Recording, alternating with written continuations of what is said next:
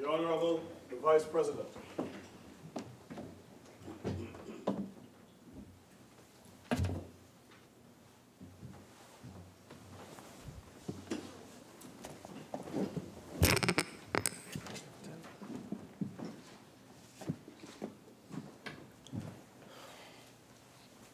Who's next? Senator Obika. Thank you, Mr. Vice President. And I take this moment to remind us of the motion that we are debating today, which is, be it resolved that this House take note of the escalating levels of job losses in the country since September 2015 and condemn the government for its failure to present a clear and cogent economic policy to guide Trinidad and Tobago through these challenging economic circumstances. And I want to congratulate our leader on this side, Senator Mark, for bringing this very important motion. But, you know, Mr. Vice President, on a motion that deals with the realm that is under the control, the responsibility of the Minister of Labour, one would have expected that the Minister of Labour would have responded. Yes. So She has been. She's not even here, man. It seems that the Minister of Labour has dropped the ball. Yes. And by doing so, she has failed the workers of this nation. Yes, she has. And the trade union movement will be very wary. Yes. They have been what we had to be her. subjected to was a presentation by a minister in the Ministry of Finance who seemed to have been foisted into the position surreptitiously. Because nothing in the minister in the Ministry of Finance submission, respectfully, dealt with the motion before us. So, who has the government dropped the ball on? They have dropped the ball on the petrochain workers and the energy sector workers that are on the breadline today as we speak. Over 10,000 workers. For the workers severed from TSTT, almost 600, who are hoping that the labor market would give them some respite after being severed from TSTT. They have dropped the ball on them. They have failed the ArcelorMittal workers, Mr. Vice President. There's a gentleman in the community of Marabella, all right, who came to me. And because, you know, we are walking about in San Fernando West, all right, because the people are ready for change. And this gentleman came to me and said, you know, he said he's depressed. So I think I would try to get contact for Senator Dial Singh to see if he can advise him, because he is a severed ArcelorMittal worker. He is depressed. There is no position on his pension or anything like that. And most of these persons have to resort to CPEP, if they get one, to find a bread when the day comes. And that is a situation that thousands of workers are facing. Thousands of workers on the breadline, and the government dropping the ball on them. They go to Canada and drive truck. For which they are not even qualified. They're asking them to do jobs that they are not qualified. Waiting for something to happen in Labre. When that will happen, we are sure it's after the next election is called and we return to office. The next is the judiciary they're coming for, you know. So, Mr. Vice President, it is possibly that the government probably is in total agreement with Senator Mark's motion. That is why they couldn't present a strong defense against it. Exactly. But that said, that only speaks to the state of our nation. And for this motion today, Senator Mark referred to it, and one must refer to it. At the beginning of this year, the Prime Minister of our country made a statement. He said, mind your business. And in that statement, he said some jobs will be lost. Some businesses would have to struggle. Now, if that wasn't a clear indication, one thing I'm sure of, 50,000 jobs lost since this government has come into power, is a clear indication that the people are not at the heart of the agenda. Now, the interesting thing is, the Honorable Minister in the Ministry of Finance is a good person. She's from South, you know. Not that persons who are not from South aren't good. Tobago people good too, as your good self, Mr. Vice President. But I'm not sure if the Honorable Minister really prepared for this presentation. Because the Honorable Minister said that people are the center and then proceeded to speak of yachting, and that they have increased the yachties by 25%, while the people in Trinidad and Tobago probably would have been decreased. The joblessness have increased so significantly, but we are talking about yachties benefiting. Now, Which people are we really speaking about? now who's at the center? That are the center of this development agenda. Yeah. Now, Mr. Vice President, in San Fernando West, hit frontally with the closure of Petrotrin. Yes. A serious, debilitating blow to the economy of the entire South and Central Trinidad. What this government could have found fit to do, not to bring proper and sustainable jobs to the people, but before the carnival celebrations, they ran and painted the buildings in Mbakade. So they give them some money to go to Trifet for the carnival season, so they get some job to paint the buildings. After carnival, they're looking for the money. So the Fed done, the music stopped, and people back on the breadline. And the MPs know it. That is the way the people are the center of this government's agenda in San Fernando West. MP is missing. And one thing I'm sure, the MP is well taken care of. But not in San Fernando West. We're not there. I think the Greek god is Alexandria, or the Greek, the Roman emperor is Alexander or Alexandra. Yes. So the MP is taken care of, while the people are on the breadline. Now, Mr. Vice President, growing up in the Southland, Gulf City Mall, notwithstanding who the owners are, Gulf City Mall has been a place where you look at and you measure, like a litmus test, the health of the economy. The businesses in the mall, really and truly, are the lifeblood. Many small entrepreneurs, and by the definition of worker, small entrepreneurs, they are workers themselves. So if you are a sole operator, one-man business, as we say, and then you have many small entrepreneurs that employ persons in distribution and sale of clothing and so on in the mall. And when you go and you met with them, because we met with these persons as well in our walks, and they are saying that things are very slow, things are very bad, you know? And you could see it in their eyes. You could see it in their eyes that even one woman confessed to me, she said that she's going to leave this job because if she doesn't leave now, she's sure her bosses will close the job soon. So she's looking to leave the job to find something to put together to go and sell somewhere on the side of the road. And of course, you know the state regarding the crime situation in our country. So really and truly, the situation is bad. But of course, if we were to take a signal from the Prime Minister, some jobs will be lost and some businesses would have to suffer. The problem is, which ones? Now, the Minister in the Ministry of Finance response to Senator Mark's sterling contribution at the beginning of this debate, it's very difficult to find something to respond to. However, I want to mention something. The Minister in the Ministry speaking on behalf of the government is sounding as a jilted lover with the issue of sandals. Yes. All right? Even the Prime Minister of Barbados, the Honorable Mia Motley, was clear. She was very clear.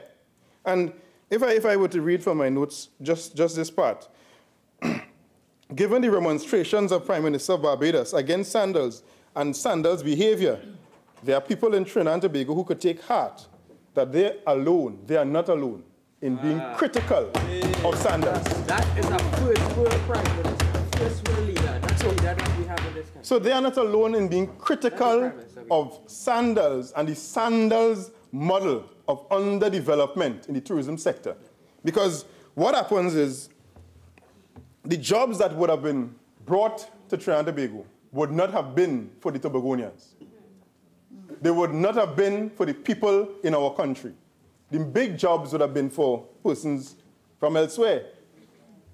And what we would have been reduced to, in the words of our first Prime Minister, and I'm paraphrasing now, we will be reduced to bellhops and bellboys. He used the different terms, but I'm coining it in the words of in the sandals terminology for the hotel industry.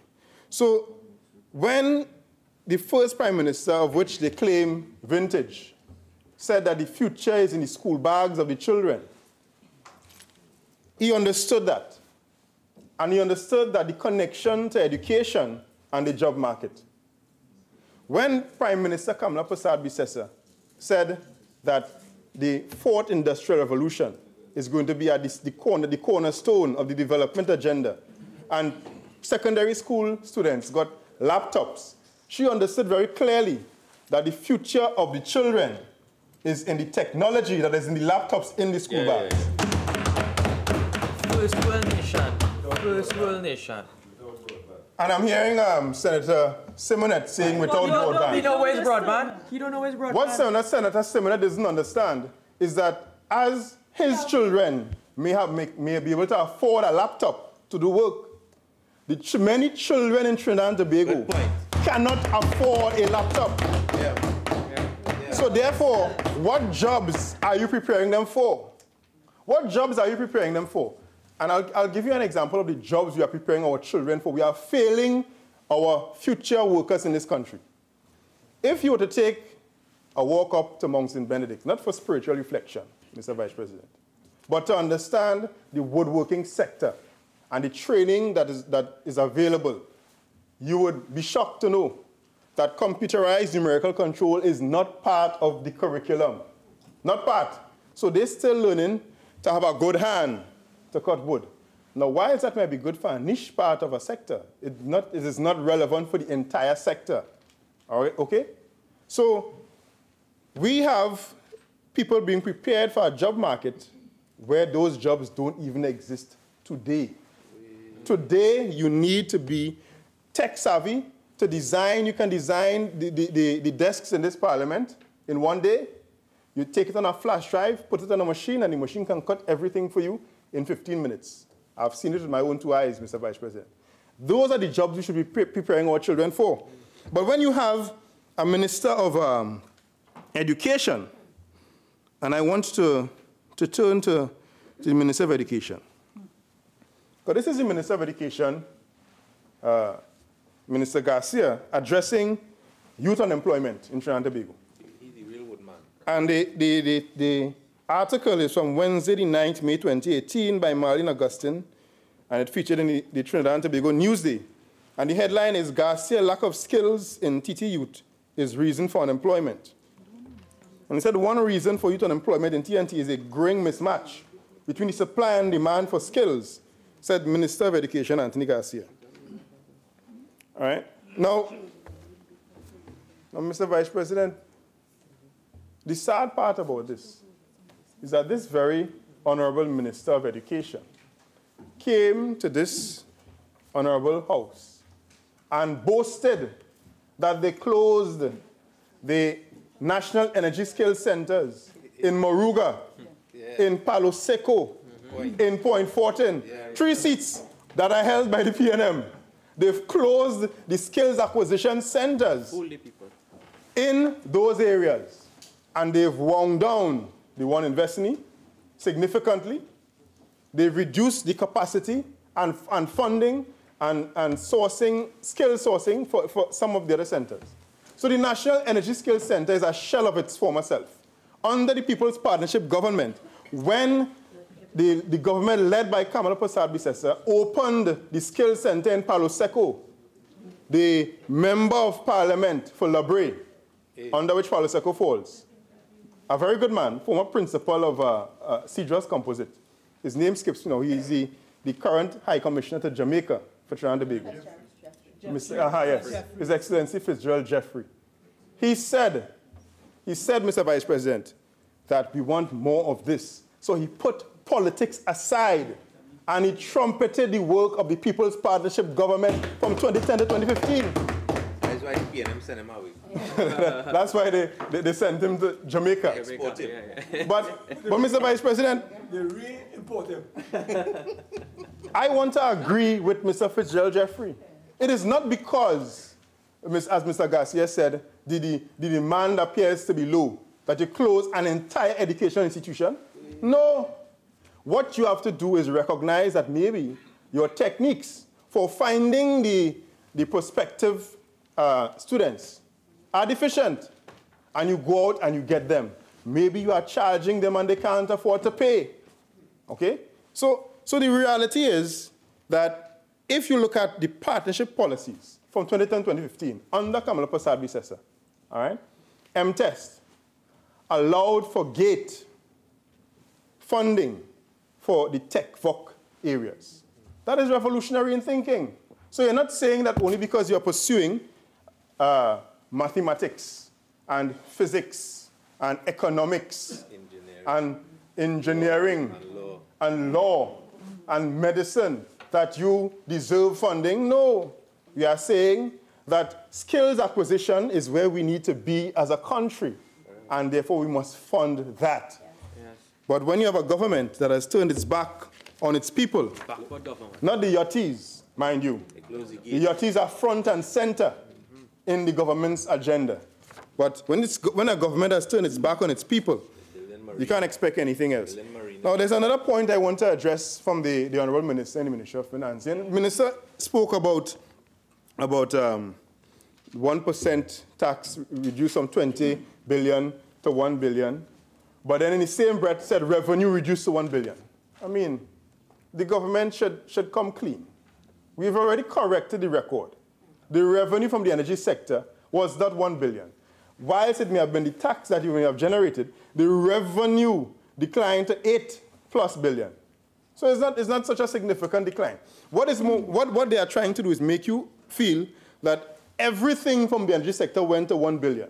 So you focus on that. And you use that to get away with starving the population of development, when the reality is what you earned from the sector did not decrease by such a significant amount. All right? And we are bringing this out by the government answering questions, showing how much profit, how much dividends they have garnered from the energy sector. So we are not doing this thing by VAPs, Mr. Vice President. We are showing the population that the government itself is caught in a web, such a thick web of deceit, that they themselves haven't realized how far down the rabbit hole they have gone. Now, I want to turn to policy making and history, all right? Because formulation of a policy for job creation really speaks to the core of politics, all right? Because what is politics? What is politics from the Tapia House movement persons, names such as Lloyd Best, a great Caribbean man, all right? He would have stated that point of view with a set of ideas made with a view to persuade the public into action is the work of a politician, all right? So whilst we are saying that persons are involved in public service, persons who are politicians are only in government, no, or in opposition. What it is persons in parliament are in public office. But everyone who is a social actor is, in fact, a politician, because they are seeking to get the people to understand what they are doing, right? And this part of my contribution here is to really speak to the people of Trinidad and Tobago and to make them understand that we in the United National Congress are hearing them. We are listening to them. Every single individual that risks being accused by Minister Stuart Young of being an unpatriotic citizen, being unpatriotic, committing treason, simply because they are standing up for their rights as a citizen of Trinidad and Tobago, as a stakeholder in this country, where you can have a government minister in charge of communications in the office of the Prime Minister, accusing a citizen of being unpatriotic. I think that itself probably fits well to be an act of sedition, all right, against the state of against our state. So that needs to be checked. I think someone needs to check the Minister of Communications, because really and truly what he's doing does not bode well for our development. Even Lloyd Best said it very clearly, all right? So the question is, what is the point of view to be advanced? Now, we in the United National Congress hold very clearly to some core tenets. People-centered. People must be at the center of the decision-making. Now, we are not saying that yachties aren't people too, all right? But clearly, Mr. Vice President, 600 odd yachties can't compare to 1.35 million citizens of Trinidad and Tobago. All right? So, They're servicing the rental industry, right? The rental industry, so they're servicing. I'm hearing Senator Simonet saying the servicing of the industry, but the concessions that this government have given to the yachties, whilst taxing significantly the efforts of the population. Can you imagine, Mr. Vice President? There are institutions in this country that are actually approved by this government for gate funding, and the Minister of Education is simply not paying, to the extent where those institutions have stopped allowing students to access gate funding. So these are students that these are students that by right, by government policy, are entitled to gate funding, and because of the delinquency of this government, they are not getting it. That affects youth unemployment. Because now you are saying, and then you have the Minister of Education saying that the youth are unemployed because there's a mismatch between the skills that are required and the skills that they have. But you, sir, your government is mismatched. Sorry, through you, Mr. Vice President. This government is denying the people of Trinidad and Tobago access to education, and they are causing the mismatch, and they are the reason for the increasing youth unemployment. Now, so the other tenet is landholding democracy. All right? It is not enough for the people to exclaim with a joyful noise that this land is ours. It must rightfully be so. In fact, a home-owning democracy. All right? So it is necessary that our citizens not only have an interest in Trinidad and Tobago, but they must have a stake. They must have a stake in this country. All families must have a stake. That should be a right. So the people must be empowered, given these tenets, to participate. Now, once the people participate, let's look at the history of people's participation, Mr. Vice President. There were many opportunities in our country's history for the people to participate around the issue of jobs. Tubal Raba's Butler in 1937 with the Butler riots was an opportunity for that. In the 1970s, you had McCandle Dagger and the National Joint Action Committee, where participation, consultation, participation, and mobilization were the watchwords. In the 1980s and 70s, you had Lloyd Best, Michael Harris, and the Tapia movement. And I already shared with you some of the thoughts of Lloyd Best.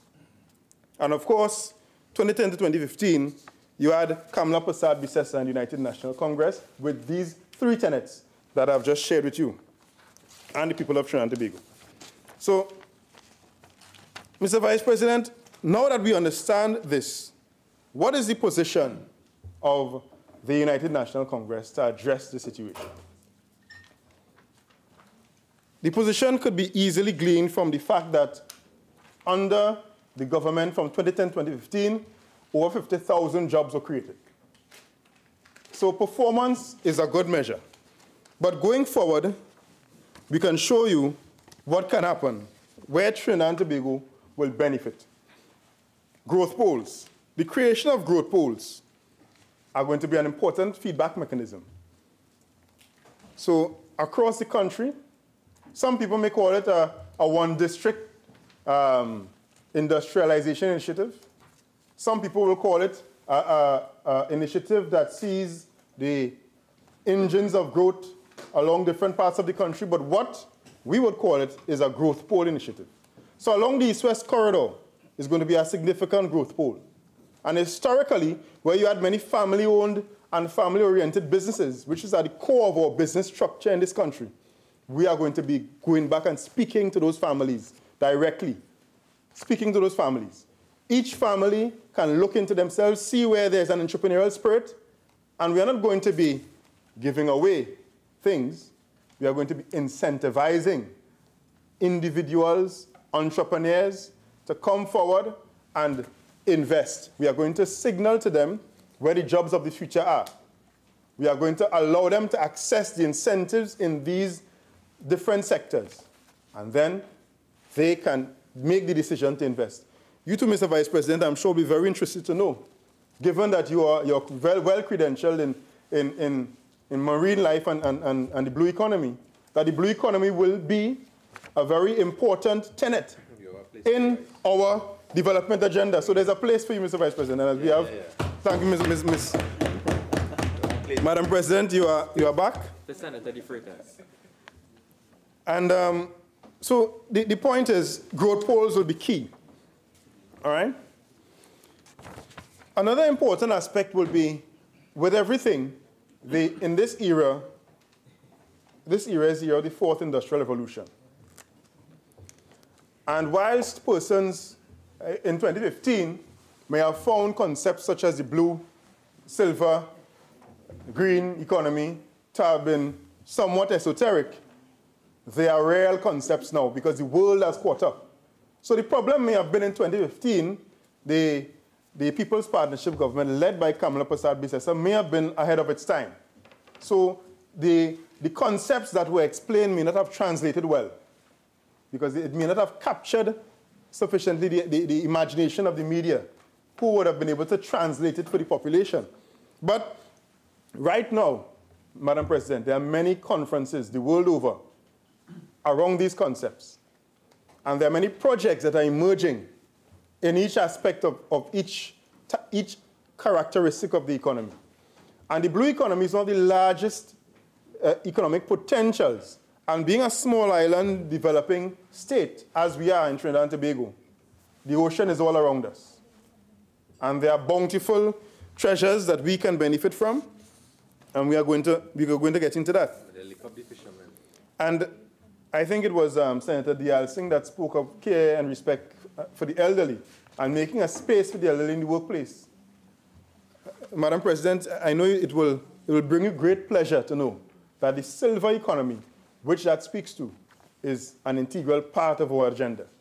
The silver economy mainly in the main would speak to industries that treat with goods and services for elderly members of our society. All right? Whether it be healthcare, whether it be leisure, what have you, reorientation, retraining, but also it may include the senior citizens in the workforce.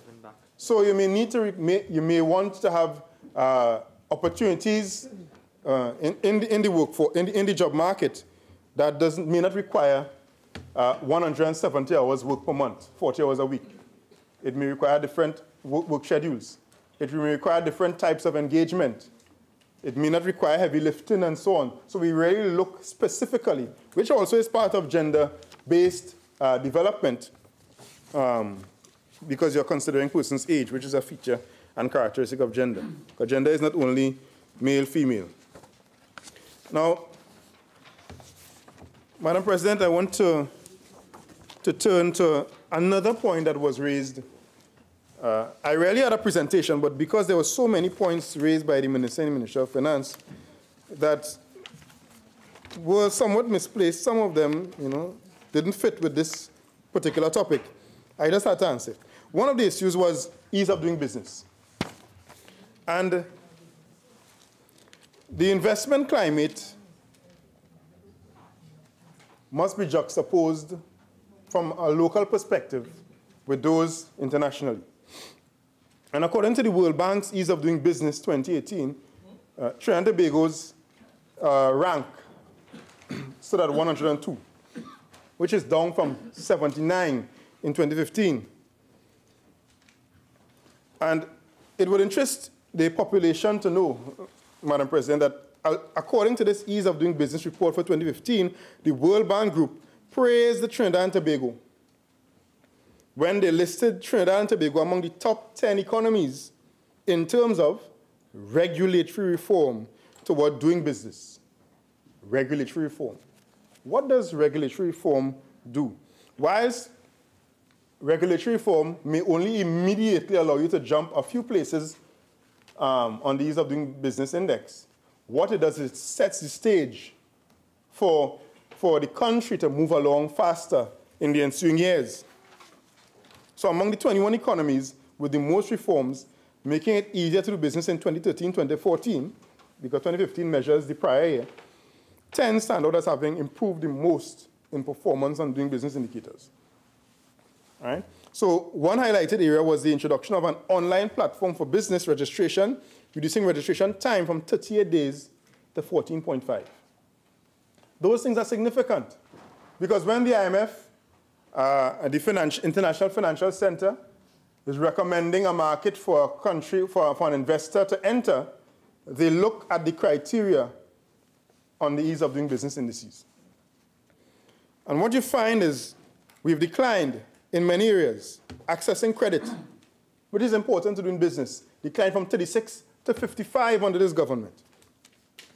Dealing with construction permits worsened 6 places to 119.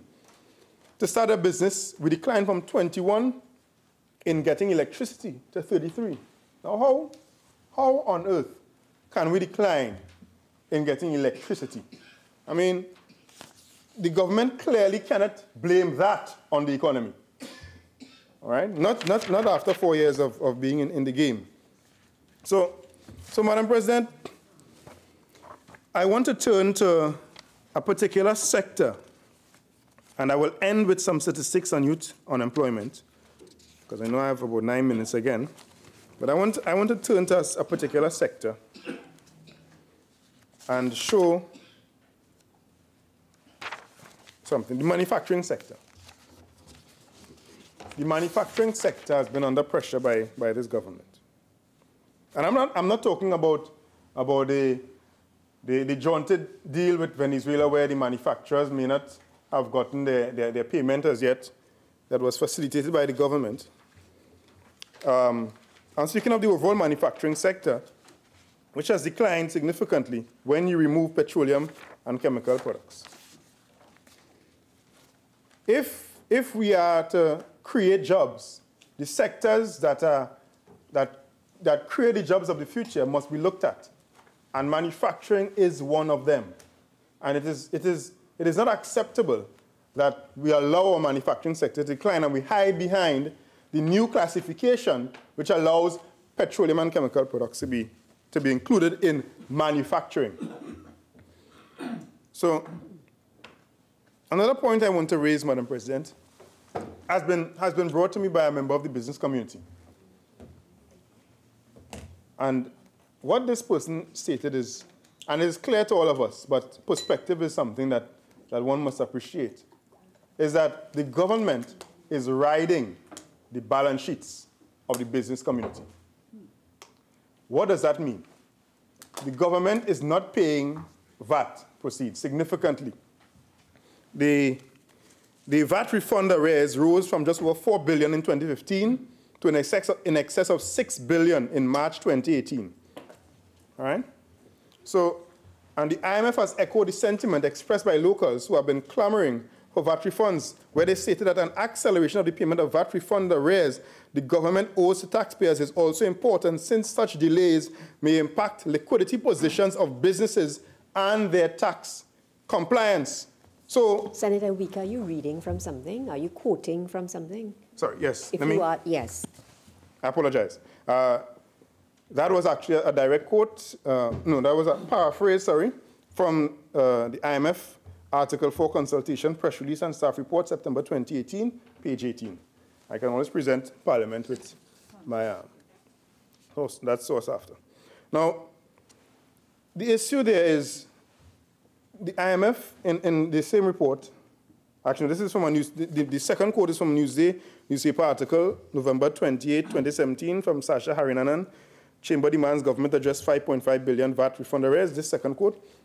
Now, the verification of what the IMF has warned TT Chamber, which had demanded in November 2017 that the government, quote, take corrective action immediately, unquote. And this would bring relief regarding this significant VAT fund arrears. Now, the government is riding the balance sheet, riding the books of the business sector, which, in effect, has a negative impact on business activity. And this is not a statement by the United National Congress, the alternative government, the government in waiting. This is a statement by the IMF, all right? So unless the government is at odds with the IMF's position, I wait to hear the position from the government in response to this. Sorry. So they are riding the balance sheets of the businesses. Another way they're riding the balance sheets is by not paying contractors properly. They are They are suppressing expenditure. Yes. All right? And how our system works is by doing that, you can show a lower expenditure. But in effect... Senator Obika, you have 5 more minutes. Thank you very much, Madam President. In effect, what you are doing is you are really under reporting or under illustrating the true size of government spending. Now, all of this has a negative impact on business. Another area that business being affected, and I will just make one small point on it, is Forex, the Forex shortage. All right? And we have proposed so many solutions to that, but I'm not sure the government is listening. Yeah. But one simple fix, Madam President, it's not a panacea. It can't solve the entire problem. Is to have government-to-government agreements with the Chinese, the Central Bank of China and the Central Bank of Trinidad and Tobago, and you have a currency swap. They did it with Nigeria last year. The vice president or the deputy governor of the Central Bank of China came to Trinidad last April. What did the government engage them with? The government could have raised this issue because they offered that to the Nigerians around the same time. Well, if they didn't do it then, there's always the opportunity to do it going forward. Because Trinidad and Tobago is topical, given the geopolitics of the Venezuela and Maduro issue. Can we raise that issue? We can raise that issue, so therefore many of the inputs to our manufacturing processes, many of the inputs to distribution and tourism and so on, which come from China, would no longer require us to use our US and Euro currencies. We can trade directly with the TT dollar. So you have a direct currency swap through a government-to-government agreement. That could reduce significantly the strain and the demand on the foreign exchange. Now, what are the implications? So basically, in this presentation, I've sought to show and support Senator Mark's very important motion of unemployment and joblessness, the escalating levels in the country since September 2015, and also condemning the government for its failure. And even in the presentation of the Minister of Finance, it clearly wasn't clear, no cogent, in terms of economic policy to guide Trinidad and Tobago.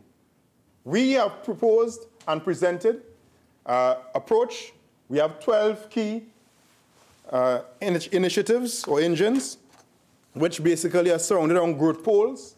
And when you drill down, you recognize that we are creating jobs of the future in the blue economy, the green economy.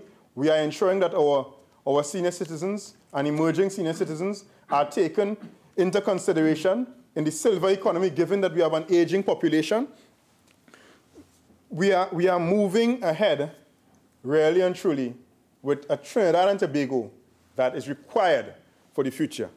And I want to say, no serious country, Madam President, no serious country would relax and have 200 unemployed doctors.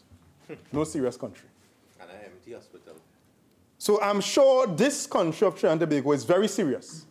So the people of Trinidad and Tobago are taking no comfort in the fact that we have over 200 unemployed doctors. The only people that seem to be happy are in the cabinet of the government of Trinidad and Tobago.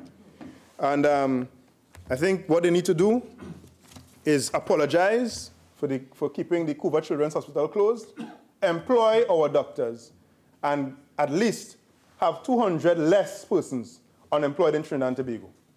And on a closing note, I want to say that the youth of Trinidad and Tobago are not going to suffer the 9-day syndrome.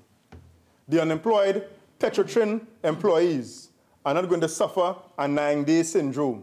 And this government has dropped the ball on the over 50,000 people who have lost jobs since they came into office. And they will not forget them. When the elections come, they will riot with their fingers. I thank you. Minister of Energy and Energy Industries. Thank you very much, Madam President. Madam President, I've listened to the contribution of Senator Mark, the mover of the motion. I've listened to his trainee, Senator Obika. you're learning, but you're learning from the wrong person. And getting a thread of consistency where they seem to be waxing warm politically. But let me mash the bricks one time. You're talking about snap election, normal election, whatever. But I just want to put you on notice that I'm mobilized PNM, as we are now, well-oiled PNM, as we are now, and a PNM that has the best political infrastructure of the entire English-speaking country. When we hit the road, we are virtually an invincible force.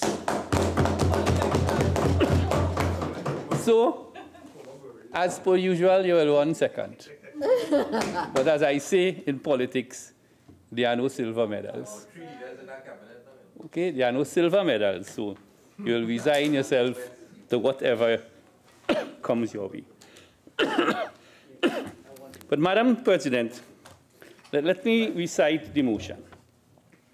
Be it resolved that this House take note of the escalating levels of job losses in the country since September 2015, and condemn the government for its failure to present a clear and cogent economic policy to guide Trinidad and Tobago through these challenging times. To condemn the government for its failure to present a clear and cogent economic policy to guide Trinidad and Tobago. This borders on sacrilege, because if there's one political organization that has written the economic history of Trinidad and Tobago, it is the People's National Union. And we didn't come on the landscape, as Senator Mark said, on September 7, 2015. We came on the landscape of Trinidad and Tobago on the 28th of January, 1956. And we have changed Trinidad forever. We took Trinidad from a backward colonial colony into a modern economy, an engine of economic development. And we are the model economy in the English-speaking Caribbean, both in the energy and in the non-energy sector. You go to a CARICOM meeting and they tell you that. Our manufacturing sector is second to none in the English-speaking Caribbean. And our energy sector is a model for the world, in particularly Senator Obika's favorite place, Africa. And he comes here and he keeps asking questions about Tanzania and about Mozambique. What is our initiative in Africa? We had an initiative in Africa, for 5 years the UNC let it die. Mr. Manning was on the verge of signing deals with Ghana. For 5 years, nobody from the UNC even had the courtesy of contacting the Ghanaian government. But just to set the record straight, it is PNM economic policy that has transformed this country through time. From the early days of William Dimas and Frank Rampasad with Dr. Williams, the 5-year development plans, we who formed the IDC, it is the PNM who set up the institutional framework for industrialization and modern financial services. It's we who formed the unit trust. It is we who formed FCB and now NCB. We build the industrial court. We build the industrial court, as she said, as the Honorable Senator said. We were the first country in the world that came up with a robust gas monetization plan. Today has been followed all over the world. It's called the Trinidad model. It is we who build point leases. It is we who revise the petroleum tax laws.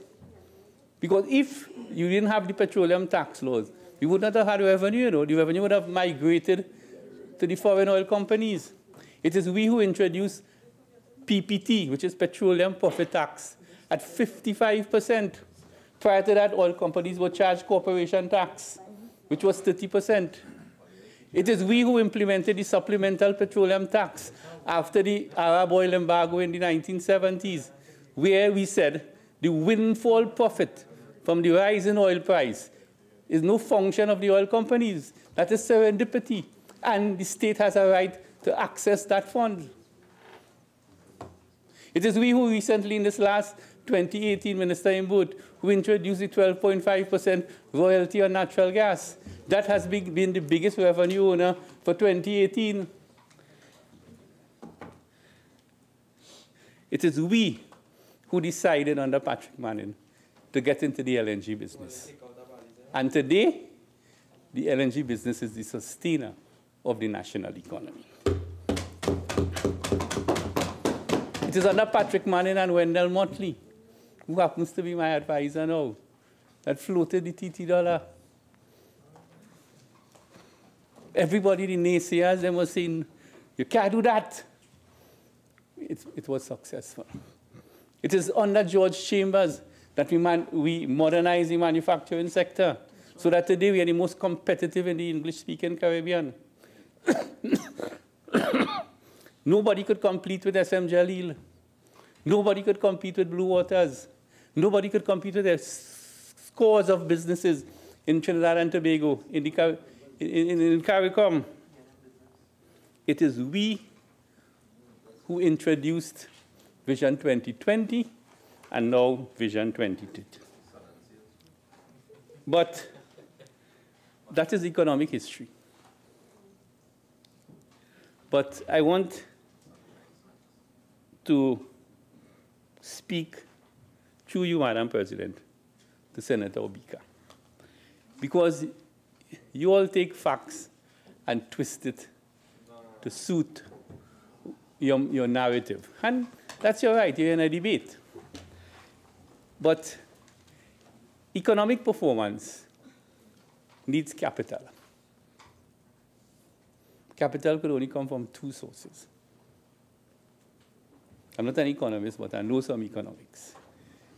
It's private capital, or private equity, private investment, or state capital. Private capital needs the attraction of the economy to invest. If an entrepreneur doesn't feel he has the right atmosphere to invest, he wouldn't invest. If he doesn't feel he has the social stability, he wouldn't invest. If he feels he doesn't have the right taxation regime, he wouldn't invest.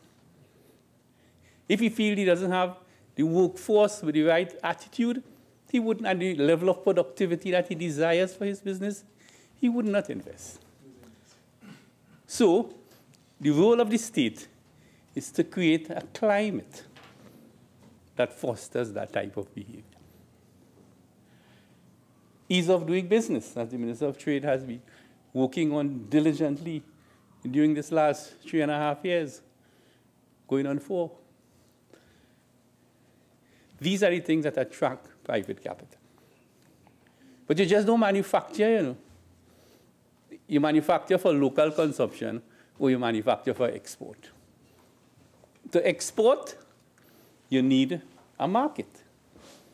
And to get into a market, you need trade agreements, or you need competition. It's difficult to compete in a global manufacturing environment. Let me just tell you that. Because anything you can make, China making it cheaper than you. And where there are tariffs and big trading blocks, you are at a disadvantage. Prime Minister Mayor Motley has said that at the last CARICOM meeting I attended. The Caribbean is just too small in terms of the market. And it goes to show that when your market is so restricted, you are very much stymied by the size of your market. When I was in high school, they were saying, we were talking about a theory called Malthusian theory of population growth. And they say population grows by geometric proportion and food goes by arithmetic proportion. Remember? That is old theory. And who are the poorest countries in the world then? Because of the size of their population. China and India. Starvation, malnutrition. Today, they are the two booming economies of the world. And the reason for that is the market size. So economic models change, and you have to adapt your economic theory and your economic model to suit that. The state capital. God stopped sending manna from heaven. You know. The state has to raise capital. Where does a state get money from? The sovereign state, since in the days of Caesar Augustus, the main source of revenue for any state is taxes. The tax man is the most hated man in history.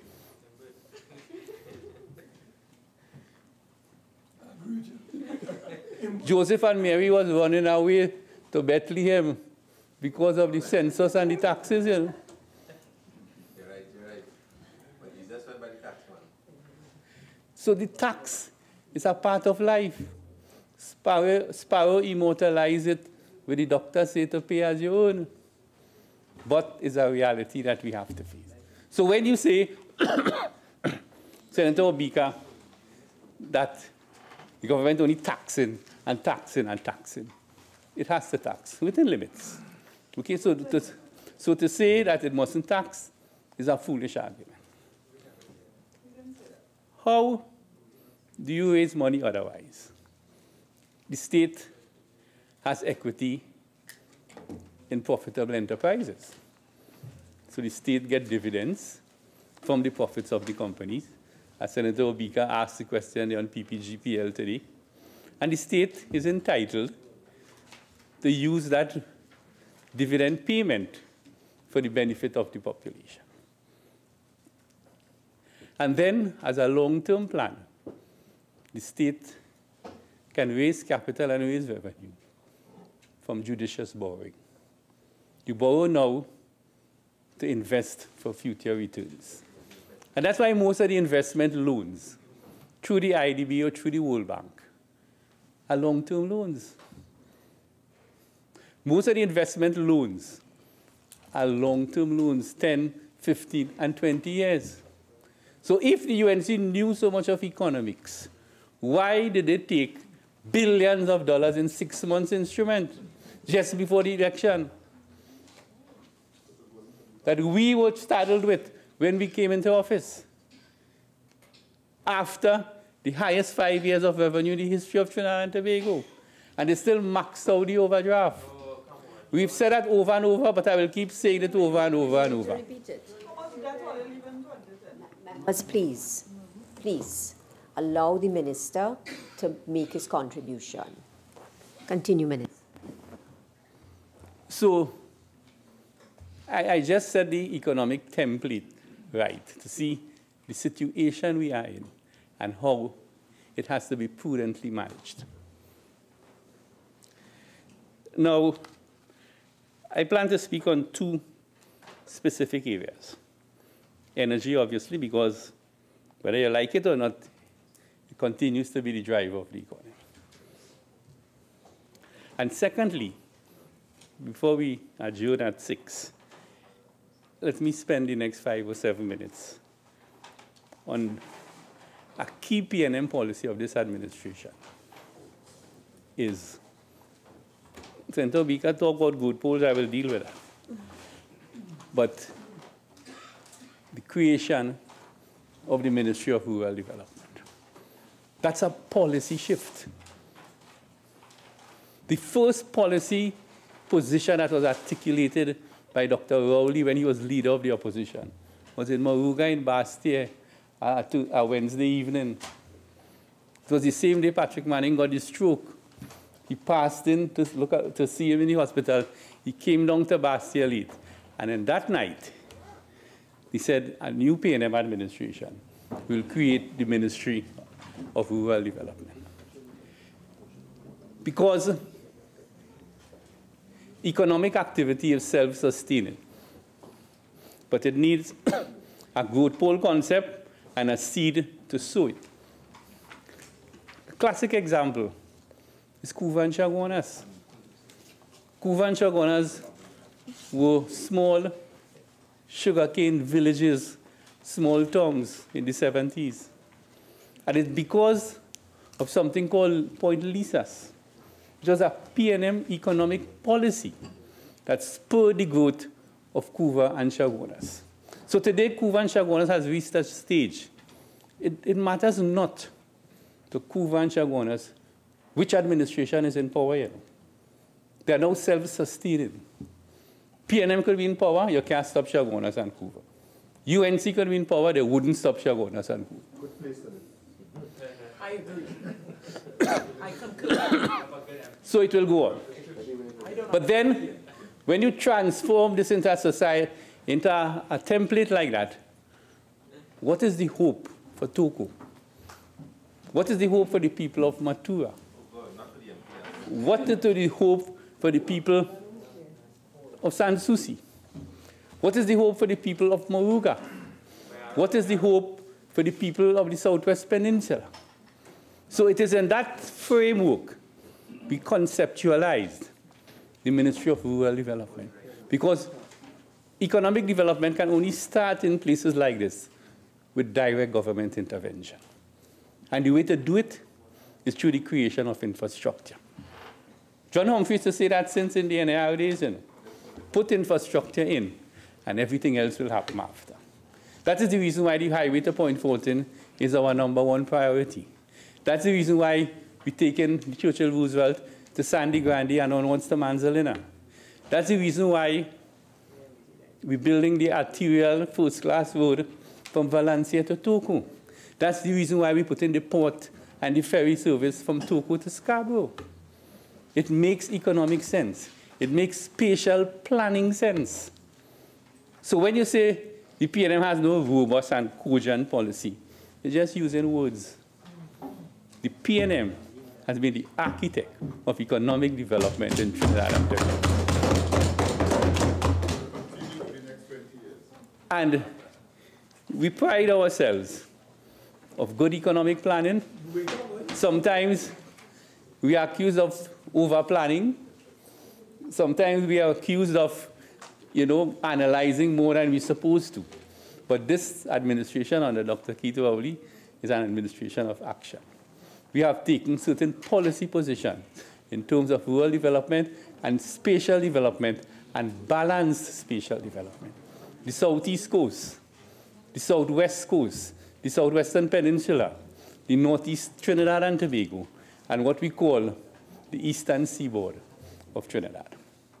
And these are the people who all the social surveys indicate are the poorest in the country. They're the least educated in the country. They have the least facilities. That's the reason why we're building a modern hospital in Sangre Grande. It will service from Toko straight to Guayagüeyari. And this is a government that plans, a government that cares, and a government that seeks the interests of all of Trinidad and Tobago. So, Madam President, I have 20 more minutes. Next, whenever the Honorable Leader of Opposition want to continue this debate, I feel he will never want to continue May not bring this again. again, because he realized he made a mistake. Okay? I will Finish with this. I will build further on the concept of rural development and why it is so fundamental to Trinidad and Tobago. I'm a rural child. When I passed common entrance, I had no choice. There was only one school in all of Eastern Trinidad, was Northeastern College, Sandy Grande, opened by Dr. Williams in 1976. And my mother said, thank God, because her son could get a secondary school to go to. We didn't have no family until I couldn't come to CIC or Fatima. So if it wasn't that, as my mother rightly says, if it wasn't the PNM, you'd have been pulling sane in my house today. And that's a fact. My life was transformed by PNM policy. Good? So that is the state of play, and I will continue this debate at the next time the Honorable Leader of Opposition Business wants to continue, and I will give him more thunder. I will speak about rural development and close off on energy. So I didn't finish by sitting down and I get enough. Madam President, I beg to move that the Senate do now adjourn to Tuesday, the 2nd of April, 2019 at 1:30 p.m., and we will be doing the evidence amendment bill.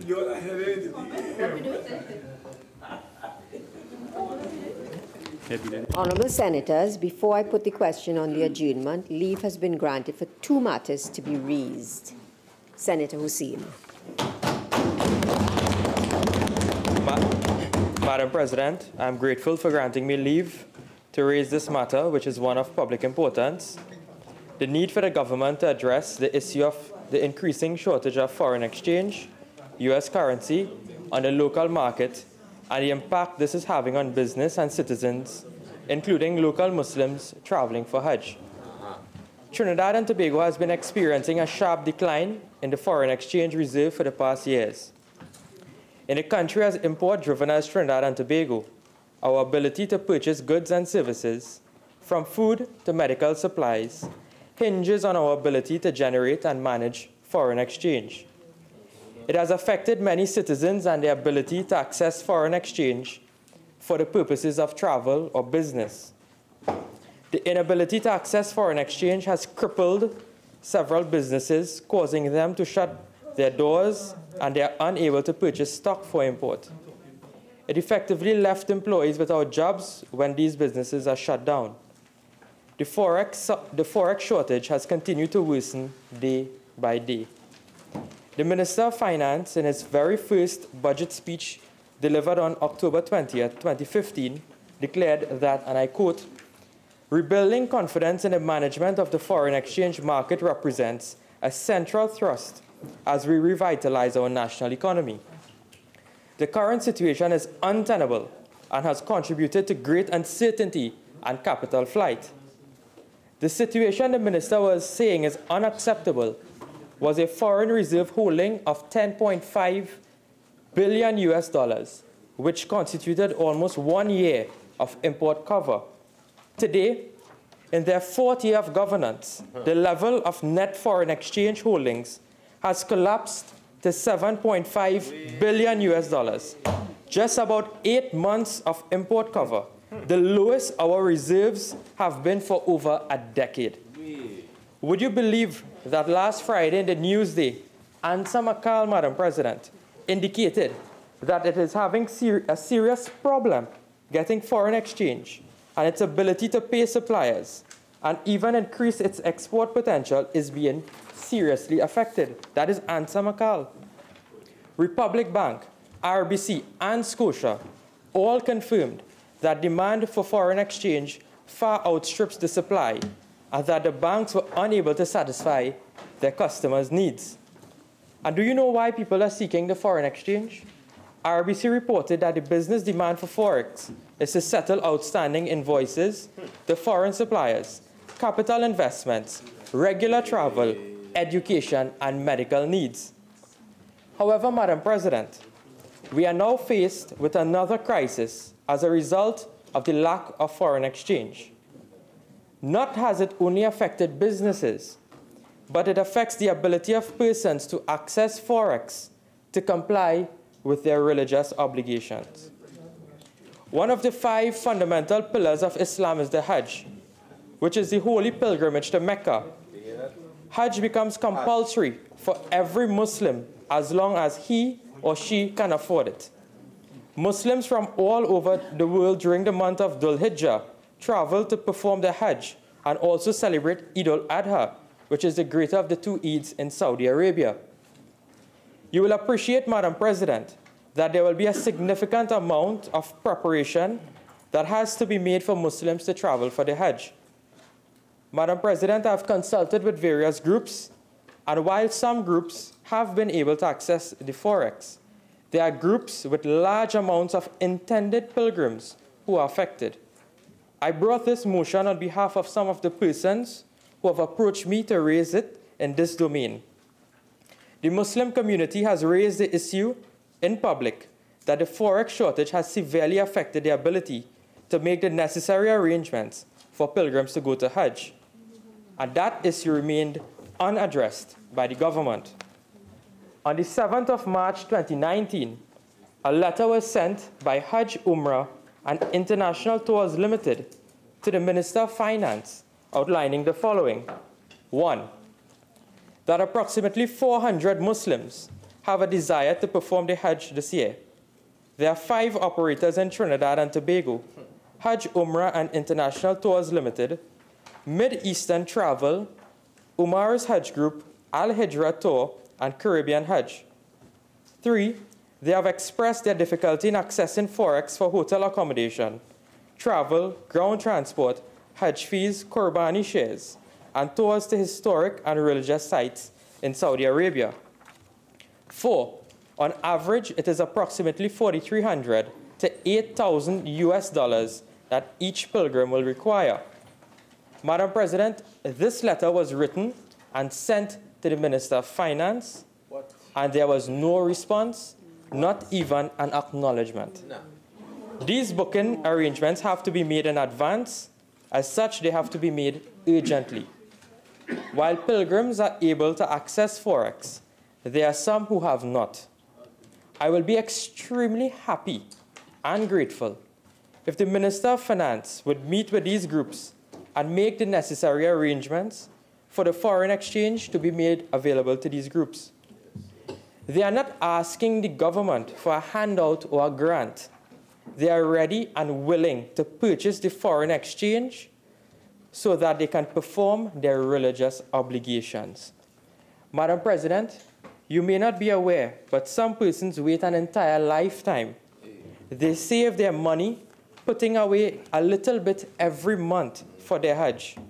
Then when finally they saved enough money, they are being denied an opportunity to go to the Hajj because of the mismanagement of the foreign exchange in the country by the government. And I'm very disappointed that the Minister of Finance finds humor in this matter. These pilgrims must not be robbed of an opportunity to go to the Hajj. Some persons may not be able to live for another year to make the journey. I call on the Minister of Finance on behalf of the Muslim community to do his job and make the necessary and urgent arrangements for these pilgrims to access the foreign. Thank you very much. Minister of Finance. Thank you, Madam President. Firstly, let me reject that piece of fake news just put into the Senate by Senator Hossain that I found amusement in anything he said. In fact, I was quite disappointed that the young senator is not familiar with standing order 4211. You're not supposed to read your speech. But anyway, Madam President, I'm also very familiar with the concept of Hajj. We are not all uneducated in this parliament. And I'm very well aware that Hajj is one of the 5 pillars of Islam, which are Shahada, which is a declaration of faith, the recognition that there's only one God, Allah, and Muhammad is his messenger, first pillar of Islam. Second pillar of Islam is Salah, which is the concept of prayer, where Muslims are required to pray 5 times a day. Third pillar of Islam is Zakat, which is the giving of alms or charity from accumulated wealth. The fourth pillar of Islam, Saum. Do you know what Saum is? Fasting. Fasting. And I have not eaten for the day. And there's a period of mandatory fasting or mandatory Saum during the month of Ramadan. And then, of course, we have Hajj, 5th pillar of Islam. And all Muslims who can afford it are required, if they have the means to do so, and if they can maintain their families while they're away, to make the pilgrimage to the holy city of Kaaba. Kaaba, to the house of God, Kaaba, in the holy city of Mecca. once in their lifetime. So I'm very familiar with the requirement of Muslims to go and visit the Holy House of God, Kaaba, in the holy city of Mecca in Saudi Arabia. The fact of the matter is, Madam President, that this requirement for Muslims has been going on for a very long time. A very, very long time, Madam President. And it is strange that only in 2019 a situation has arisen where a request, or in some cases a demand, has been made on the Minister of Finance to provide US dollars for the Hajj. Muslims from time immemorial in Trinidad and Tobago have been doing their religious duty and making the Hajj once in their lifetime without making any demands on a Minister of Finance. May I also say, Madam President, the Ministry of Finance deals with Forex at a macro level. We do not dispense US dollars to individuals or corporate entities, Madam Speaker.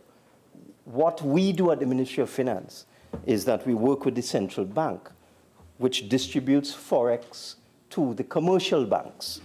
And based on the information that I have, in the first 3 months of this year, up to the 25th of March, the central bank has injected $350 million US dollars into the commercial banking system, which is more than the same amount that was injected for the period January 1st to 25th of March 2018. During that period, the central bank had injected $310 million US dollars. And I'm not aware, Madam Speaker, that in 2018, last year, when the central bank put less US dollars into the commercial banking system, that there was any demand made on the Minister of Finance to provide US dollars to pilgrims going to Mecca, Madam President. The fact of the matter is, I've checked this out myself. Hotels in Mecca take credit cards. The cost of a flight from Port of Spain via London Gatwick to Jeddah, J-E-D, which is the international airport in Jeddah, would be approximately $2,500 US dollars. That can also be paid by a credit card, Madam Speaker. And if elderly pilgrims are not familiar with the credit card system, surely their children and their relatives can avail themselves of credit card facilities to pay for the cost of the ticket on behalf of their parents. My understanding is that the hotels take credit cards, the travel agents take credit cards, so that the expenses that a pilgrim would be required to pay in cash would be for food and tours, transportation, and so on, while in Mecca. And may I also say that in this year, 2019, Hajj is between the 9th of August and the 14th of August, Madam Speaker. We are in March. So we will work with the commercial banks. We will see what can be done, Madam Speaker. But as I said, the Ministry of Finance operates at the macro level. We will see whether we can encourage the commercial banks to make available the money required in cash for pilgrims to go to Mecca to perform the 5th pillar of Islam, the Hajj, Madam Speaker. But we in the Ministry of Finance do not dispense US dollars. We are not a commercial bank. So what we will do is see whether we can inject sufficient US dollars and encourage the commercial banks to make available the US dollars to pilgrims. But I want to make the point. It is my understanding that there are new players in the Hajj pilgrimage tour business, and they may be unfamiliar with arrangements that have worked so well for the last 50 to 60 years in Trinidad and Tobago. This problem has not arisen before, Madam President, and I think we would need to see what we can do to work with the groups and work with the commercial banks and work with the central bank to make sure that there is US dollars available so that Muslims can complete the 5th pillar of their religion. I thank you, Madam President. Senator Dylan Remy.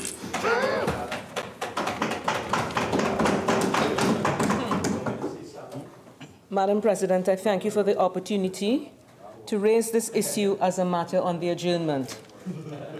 The issue is the need for the government to ensure that patients with end-stage renal disease in Tobago have available to them adequate options so that they can be provided with timely treatment for their condition.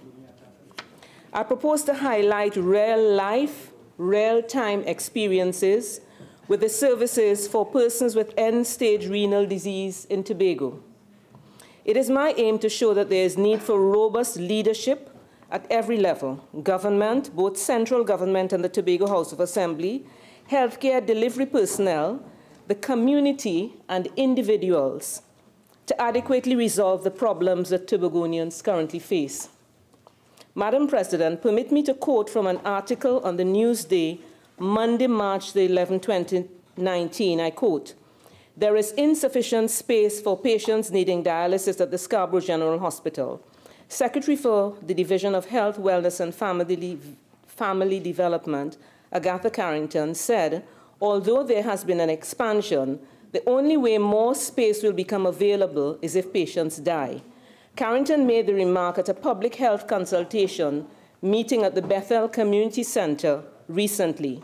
She said, "Hundreds of patients are registered in the clinics, and it is because we haven't managed the primary care side of it. That's why we are here, where we have more persons than the number of spaces. We have tried to expand. Even when you meet the criteria, there's no space, except somebody dies. Not only do we have the excessive numbers, but we have very ill patients," end quote. Permit me to quote another article, Newsday, March the 13th, 2019, and I quote, "Health Minister Terence Dayal Singh says everyone who needs dialysis in Tobago is being accommodated." He was responding to an urgent question in Senate Tuesday from opposition Senator Wade Mark, who asked, "In light of reports of a shortage of dialysis machines at the Scarborough General Hospital, significantly compromising the health care provided to patients at that institution, what was being done to address the matter?" Mark was likely referring to statements this week by Secretary for the Division of Health, Wellness and Family Development, Agatha Carrington, that there was insufficient space for patients needing dialysis at the Scarborough General Hospital. Dayal Singh told the Senate, "I take this opportunity to correct the erroneous media reports, which reasonably would have led Senator Mark to ask this question." He said, "The Scarborough General Hospital is not the dialysis center in Tobago, but it is a Scarborough Health Center." He said the center had 11 dialysis chairs which operate Monday to Saturday between the hours of 6 to 9 p.m. And I am told by the Chief of Staff that there's absolutely no compromising of healthcare in Tobago because everyone who needs dialysis is being accommodated at the Scarborough Health Center, which is a major dialysis center in Tobago, end quote. Madam President, I would like to focus my attention on that statement. Everyone who needs dialysis is being accommodated. I am aware that in November 2018 and again in January 2019, there were patients who were screened by the Renal Ethics Committee and put on the list for dialysis, who could not get appropriate treatment until persons who were being dialyzed had died. The Secretary for Health, Wellness and Family Development was correct in her report to the community. It is therefore inaccurate to say everyone who requires treatment is receiving it. I would humbly suggest that the minister was misinformed. I must commend the Tobago Regional Health Authority, the medical and nursing and ancillary staff, who are giving yeoman service to provide dialysis for persons living in Tobago. However, those services are not meeting the increasing need. Madam President, I was the medical director at the Scarborough Regional Hospital at Fort King George when the dialysis services started in 2003, then with 2 chairs and 8 patients. In 2011, I was also there when the dialysis center opened at the Scarborough Health Center with 9 chairs and 32 patients. So in 8 years, they had increased from 2 to 9 chairs, and the number of patients being dialyzed had increased from 8 to 32. I pause here to commend the then leadership of the Tobago House of Assembly in 2009, who showed the vision to construct the dialysis unit at the Scarborough Health Center. Madam President, the dialysis unit at the new hospital, then in construction, had space for 2 chairs in the outpatient clinic. The then administration listened to the recommendations from the clinicians and put a solution in place. The Scarborough Health Center was being constructed, funded by the IDB, and the Tobago House of Assembly funded the building of the dialysis unit. As a result, what is there is available for the increased need for dialysis now.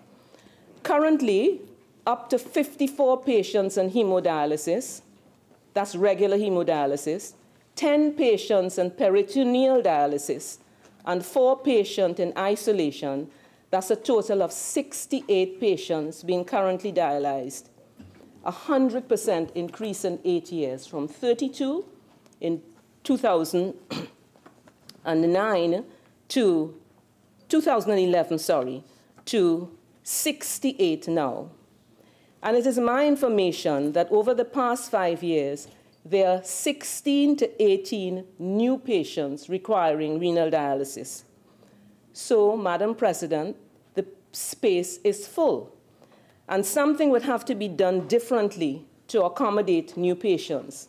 These patients cannot all wait for patients to die to receive care. Could the TRHA fill vacant positions for nurses? There are some nurses have retired recently as a result of reaching the age of 60. We were just hearing about the systems that the Senator Obika is going to put in place for hiring elderly persons. Currently, those persons are not being hired in the Tobago Regional Health Authority as a result of age. They are not being replaced. But if the number of nurses, if they have adequate number of nursing staff, they may be able to increase the number of shifts from 3 to 4. Or could the TRHA increase the number of dialysis chairs by 2? The space can accommodate an additional 2 chairs and machines, and that will allow for at least another 12 patients to be accommodated. Now, it is true that that would come at significant cost. However, in Trinidad, when the public sector cannot dialyze a patient, there's an opportunity for them to access dialysis in the private center funded by the Ministry of Health.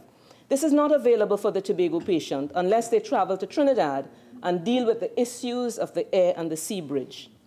Therefore, the Tobago Regional Health Authority must take a bold move to provide additional spaces so that persons do not have to wait on patients to die before accessing needed care. And they do have options. Leadership is about solving problems. Another point to note, Madam President, is that a patient comes off dialysis either through death. Senator, you have 1 more minute. 1 more minute. I thought it was 10. Through death or receiving renal transplants. And over the last 7 years, 5 persons have received transplants in Tobago, of which 2 have been successful and 3 have failed. Madam President, the Tobago Regional Health Authority has the opportunity to do things within the system right now to increase the number of spaces available, and also the Ministry of Health may be able to provide additional services by providing more dialysis spaces. And while that is done, I'm also suggesting that we also need population interventions in terms of health promotion and also individual intentions in taking things. I thank you. Minister of Agriculture, Land and Fisheries. Madam President, I thank the Honourable Senator for a timely intervention to raise this matter, and I respond on behalf of the government. I think, Madam President, I can agree with the Senator on 3 or 4 things, but there are 2 things that I want to make clear. The first is that we have not reached a point where there is insufficient space, but we may be reaching there. and towards the end I'll address that matter. The second point is that in quoting Secretary Carrington and in reference to hundreds of patients registered in the clinics, I think that the Secretary may have been referring to hundreds of patients generally, because the Senator has supplied a figure of 54 patients on dialysis, and I have the same information from the Ministry of Health. So the hundreds of patients do not relate to patients in need of dialysis. Most likely refers to patients in need of a variety of treatment. So, Madam President, in the case of Tobago, as the Senator correctly says, there are 11 hemodialysis chairs in the dialysis unit in the Scarborough Health Center and 1 chair at the medical ward located at the Scarborough General Hospital. There are 54 patients on dialysis treatment, each receiving 3 sessions per week based on a 3-tier shift system that operates during 6 a.m. to 9 p.m. These patients are facilitated in 2 groups during the week, namely Group 1, Monday, Wednesday, Friday, Group 2, Tuesday, Thursday, Saturday, and my understanding, it works in a similar fashion in Trinidad. Madam President, there is 1 full-time complement of staff comprising a specialist medical officer, a registrar, a house officer, 2 visiting nephrologists from Trinidad who provide dialysis services on a weekly rotational basis, which is consistent with what my colleague has said. Madam President, this is where we reach the point that we may have an issue if we continue to add more patients requiring dialysis. We may have an issue with space, because the complement of 11 chairs with the existing 3-tier shift system and staff can deal with 54 patients. Based on the current capacity, it could be concluded that the dialysis chairs are fully utilized to treat dialysis patients in Tobago in a timely and consistent manner. In order to deal with anything above 54, which my colleague has correctly pointed out, the TRHA has indicated that there are 3 patients who required hemodialysis treatment and are currently receiving this treatment at the medical ward located at the Scarborough General Hospital. That is the ward with the 1 chair. So therefore, Madam President, what the Ministry of Health proposes in collaboration with the TRHA is, if there is a further increase, the following options can be considered. The adoption of another shift period from either 9 p.m. to 12 p.m. or 2 a.m. to 6 a.m., which may result in an additional 18 patients benefiting from the service. A proposal has been drafted for consideration already. Or, Madam President, the provision of dialysis services on Sunday, which requires a need assessment to be done. So, Madam President, in conclusion, I agree with most of what my colleague has said, except that we are not dealing with hundreds of patients in need of dialysis. We are dealing with 54. That number represents just about how much the current services can accommodate. There is a plan to accommodate an increase of 18 by adding an additional shift, and even beyond that by making services available on Sundays. And Madam President, the Ministry of Health, together with the TRHA, continues to monitor the availability of facilities for dialysis patients. In relation to the issue of the management of patients with end-stage renal disease, the Ministry of Health conducts transplantations at the National Transplant Unit, and to date there are no cases for review from Tobago. I thank you, Madam President. Honourable Senators, as you are aware, on Saturday, March the 30th, 2019, we will be celebrating Spiritual Shouter Baptist Liberation Day. So I now invite members to bring greetings. Senator Cummings. Thank you, Madam President. It is indeed a pleasure for me on behalf of the government bench to bring greetings to the national community on the occasion of Spiritual Baptist Shouter Liberation Day. Madam President, I came across what is possibly a definition by a member of the faith, because there is indeed, as we know, a lack of understanding by some, and I just thought I would share it very briefly as I bring this greeting. It's by Reverend Ingrid Ryan Ruben, as she attempts to explain who is the spiritual Baptist. And it goes like this. The spiritual Baptist faith is an Afrocentric Christian religion which is steeped in African spirituality, born of a reinterpretation of the colonized African relationship with God so as to fit into the European style of worship. The Baptists emerge as a worshiper who believes in Jesus the Christ and boldly shouts his praises. This praise is many times accompanied by African drums, loud singing, and the manifestation of the Holy Spirit, which are defined by speaking in tongues, rejoicing, and singing songs of praise, which have been written and borrowed. And that's by Reverend Ingrid Ryan Ruben.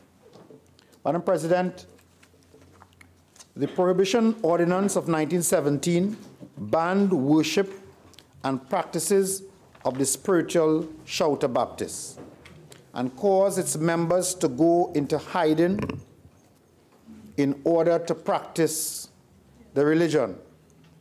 In 1951, the order was repealed, allowing free worship by members of the spiritual Baptist faith. In our history, it is the only religion that would have been prohibited by law from practicing the religion. In 1996, the Pandey government granted a public holiday, which we celebrate on Saturday, to the Baptist faith.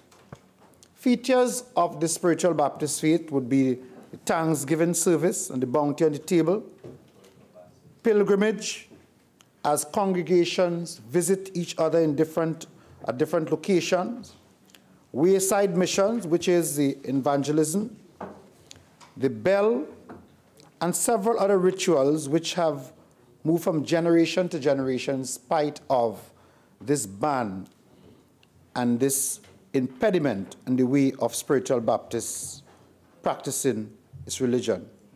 We have come to a time now when information is now more readily available, and a lot of the misconceptions and misunderstanding about the spiritual Baptist faith is now being dispelled, and light is coming to the faith in a way that it has never been before. And so, as we move towards celebrating what certainly history we must not forget at all, Madam President, cannot be allowed to forget that at one point in time, this faith were treated as criminals, having to hide in the forests to practice religion in Trinidad and Tobago. I want to express, on behalf of the government bench, a very warm and blessed and holy spiritual Baptist Liberation Day to all members of the faith. I thank you, Madam. Senator Haynes. Thank you, Madam President. Today, I have the honor on behalf of the United National Congress bench in the Senate to join with my senatorial colleagues and indeed the national community in commemorating Spiritual Shouter Baptist Liberation Day. And I'd like to thank Senator Cummings for providing the context for the holiday in which we are bringing greetings. And as we celebrate this auspicious occasion, we are all reminded of the important lessons we can learn from this community, from the Baptist community. The power of faith, the power of unity, and the power of determination in overcoming seemingly insurmountable odds. Our beloved Trinidad and Tobago is a nation built on struggles, the strength of spirit, and the will of its people. The repeal of the Shouters Prohibition Ordinance in 1951 was a significant and defining moment, not only for the followers of the faith, but for our country. It signified the end to an unjust edict which deprived the people of the ability to practice their religion freely, and finally, Shouter Baptists were free to make a joyful noise unto the Lord. The contributions of the spiritual Shouter Baptist community to our country's rich heritage, our diverse culture, and to our national development are all deserving of celebration. And it is the recognition of these contributions that on the 26th of January 1996, the Spiritual Shouter Baptist Liberation Day was declared a public holiday of national significance. The Kamala Prasad Bissessa administration continued to honor the community and delivered on a promise to provide state-supported education and teaching facilities for the children and young people of the faith. We must applaud the indomitable spirit of the Baptist community to persist and prosper. They have set an example for Trinidad and Tobago as a whole. Today, as we face trying times and challenges in our nation, we can look to the Spiritual Shouter Baptist community for inspiration, as they did when they kept hope and faith alive. Let us remember the kind of resilience upon which our citizenship is built, the resilience which defines us as a people. The United National Congress, through me, calls upon all citizens to stand together and work together, united in purpose, to make a difference in our country. We must take pride in our diversity, take pride that we are a nation that last weekend celebrated Pagua, and this weekend we stand as a parliament to bring greetings for Spiritual Shouter Baptist Liberation Day. I, for one, am proud that we are a country that can do this without any strife. We must keep in our hearts and minds at all times the mission to be our best, to do our best, and to come together to build our nation, a nation that is united and strong and proud. On behalf of the opposition bench in the Senate and the United National Congress, on behalf of myself and my family, I take this opportunity to extend to all the practitioners of the Baptist faith and the country as a whole, I wish you a blessed and Spiritual Shouter Baptist Liberation Day. Senator Thompson-Aye. Thank you, Madam President. This Saturday, March 30, 2019, we celebrate once again a very significant occasion in our national calendar. It is Spiritual Shouter Baptist Liberation Day. But liberation from what? From whom? And for what? What crime did they commit? Liberation from the oppression and persecution, the indignities suffered by Shouter Baptists for so many years. From the prohibition order issued against them in 1917 to the lifting of the ban in 1951, members of this religion endured much pain and suffering. At the hands of the government and its agent of repression and suppression, then aptly named the police force, now the police service. And we hope they will always be the police service. These members of the Baptist religion were on a perpetual mourning ground in every sense of the word. And for what? For the practice of their religion, a religion that was uniquely Trinidadian, one that combined elements of African rituals implanted in their bones, sinews, and hearts, fired with the spirit of their ancestors, and blended with some aspects of Christianity. Their persecution is well documented by Earl Lovelace in his seminal work, The Wine of Astonishment. Indeed, one should be astonished to read such a sorry story emanating from a land where every creed and race should find an equal place. In spite of this tale of the Spiritual Shouter Baptists, their tale is one of resilience, of courage and pride. We should shout and clap our hands as they toss their hair ties. And they sing like Brother Resistance, ring the bell for justice, that they can shout like Martin Luther King, free at last to practice their religion, to sit in the upper house of Parliament, to take their rightful place among the brightest and the best, like Dr. Hazel de Pisa, my namesake, to populate every sphere of activity, every profession, and every occupation, to walk in confidence, to walk tall and assert, I am proud of my religion. This land is mine. On this occasion, on their special day, I dedicate to them the Exodus song. This land is mine. God gave this land to me, this brave and ancient land to me. And when the morning sun reveals her hills and plains, then I see a land where children can run free. So take my hand and walk this land with me, and walk this lovely land with me. Though I am just a woman, when you are by my side, with the help of God, I know I can be strong to make this land our home. If I must fight, I'll fight to make this land our own. Until I die, this land is mine. And Madam President, if I may, I didn't know I would have to speak today, but like a good girl guide of many years ago, I am well prepared. And if you will allow me to breach protocol, may I ring my bell for the spiritual Baptists? Happy day, all spiritual Baptists.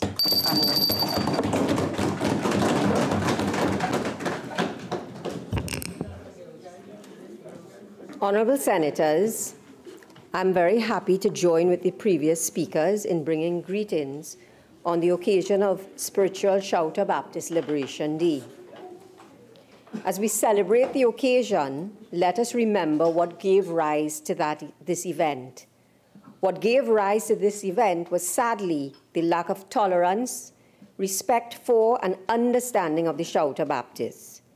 What allowed us as a nation to rise out of this negativity was the perseverance of those Baptists who fought to have the Shouters Prohibition Ordinance repealed and who never stopped practicing their faith. Today, in different parts of the world, we see the tragic consequences of intolerance for and a lack of understanding of our fellow men. In Trinidad and Tobago, we must be ever vigilant and guard against that re-emergence of what seems to be taking root in different parts of the world. As we celebrate this year, let us focus with a steely resolve on that commitment to one of our nation's watchwords, the ideal of tolerance, so that we will never go that way. I therefore wish, on behalf of the Parliament, to the Baptist faith, happy Spiritual Baptist Liberation Day. And I wish that as well to all of Trinidad and Tobago. Honorable Senators, the question is that this Senate do now adjourn to Tuesday, the 2nd of April, 2019 at 1:30 p.m. Those in favor say aye. Aye. Those against say no. I think the ayes have it. This Senate now stands adjourned to Tuesday, the 2nd of April, 2019 at 1:30 p.m.